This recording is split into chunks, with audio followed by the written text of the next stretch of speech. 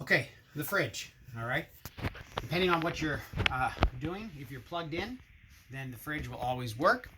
If you're driving and you're not plugged in, if you're dry camping, the fridge has a limited amount of time that it can work without any recharge of the batteries or keep having the generator on. Okay.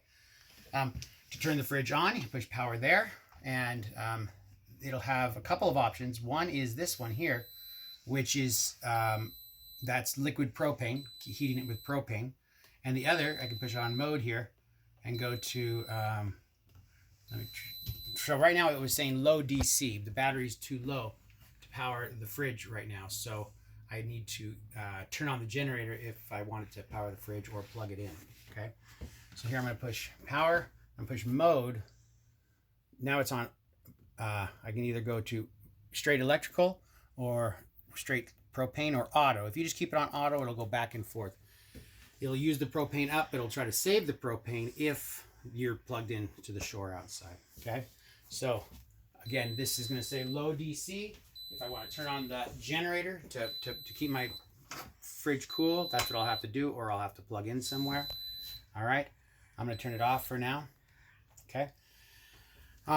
Sometimes it doesn't say low DC. Sometimes it'll say FL, like flow.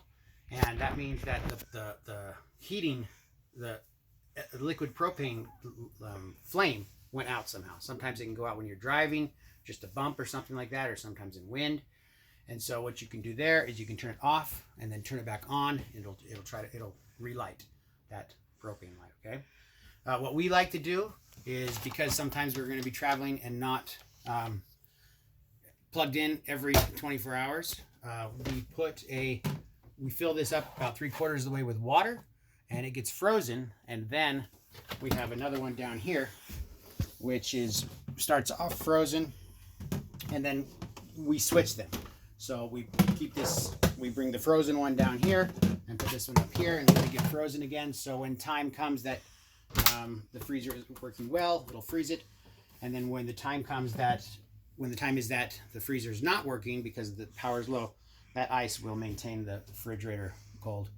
And if you keep this shut, then your freezer will usually stay good enough for about enough time to go either turn on the generator or until you get to your next campsite. Okay. To lengthen out the lifetime of your DC battery, right? You keep the lights off. You don't try to plug into your inverter, that sort of thing. All right, good. That's the fridge.